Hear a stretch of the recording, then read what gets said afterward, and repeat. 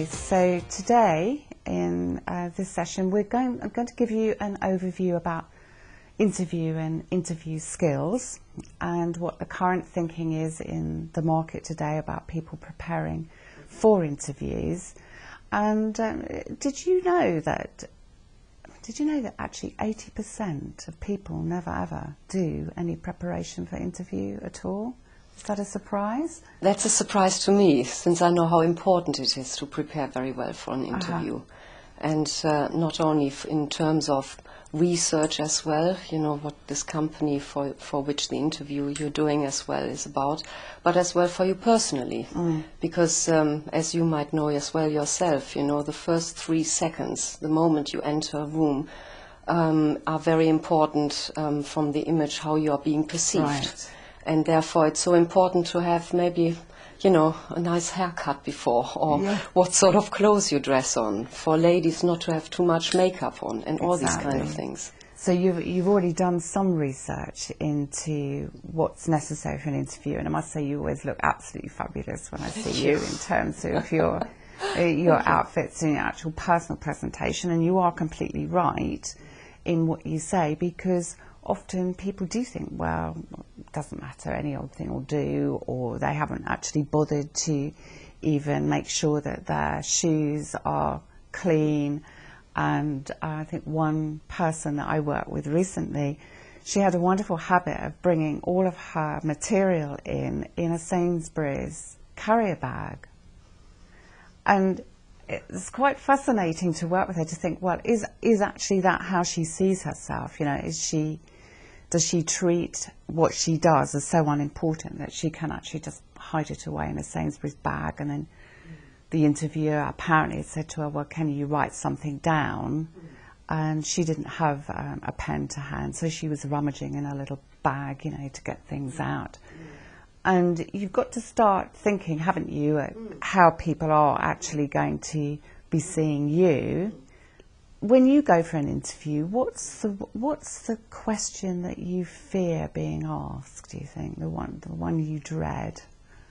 Well, personally, I think being a woman, and when I was younger, the question I dreaded was being asked when I would start a family. Yeah, when I would become pregnant, and how was my family situation, whether I'm married. And I know that these are questions which you are not entitled to ask, but they Absolutely. do.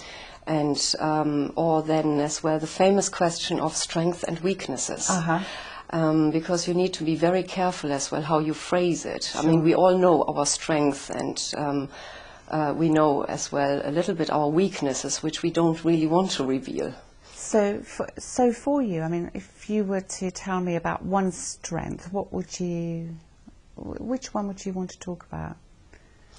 I know that I come across as a very outgoing person, so I have people skills, marketing skills, and I think that is my biggest asset, which I have transformed before in my different stages in my life and my business careers.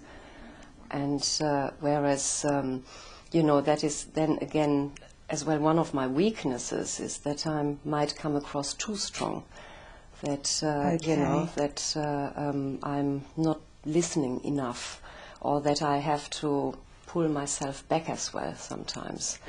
Right, so in fact then what you're talking about here is a strength and a weakness, which are actually opposite sides of the coin, aren't they? You can either be very outgoing and personable, or you could seem perhaps over, I don't want to use the word dominant particularly, but you know, over the top. Over the top. Yes. And so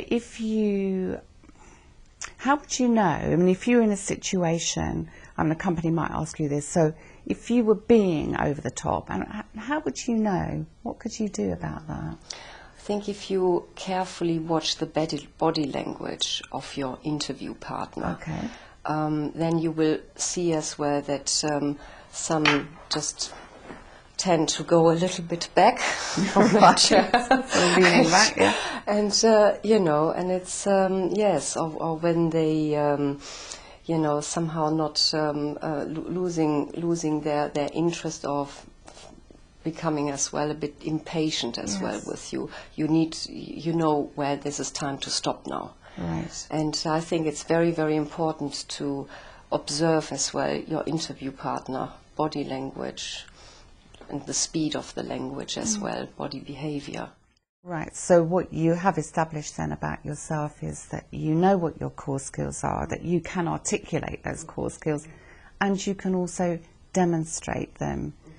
And one of the bits I also like about the story that you've told me over the last couple of weeks is that doing the MBA when you came over here, you're constantly updating.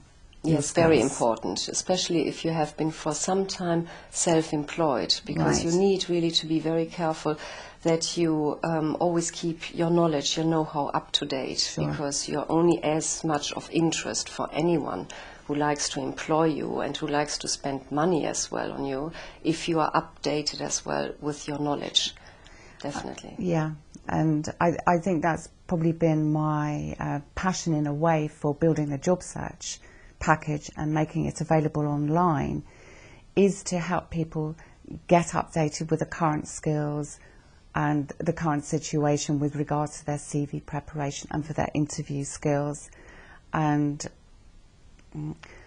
getting them prepared by thinking through what are their core skills, as you say, knowing how they demonstrate them in their employment, putting their achievements together, because when you've thought all this through, when you go along for an interview, bearing in mind I hadn't primed you with a lot of questions this morning, that just to ask you, can you tell me about yourself, that you can do that. And you did do it very succinctly, and when you weren't sure about what I needed to know, you asked me.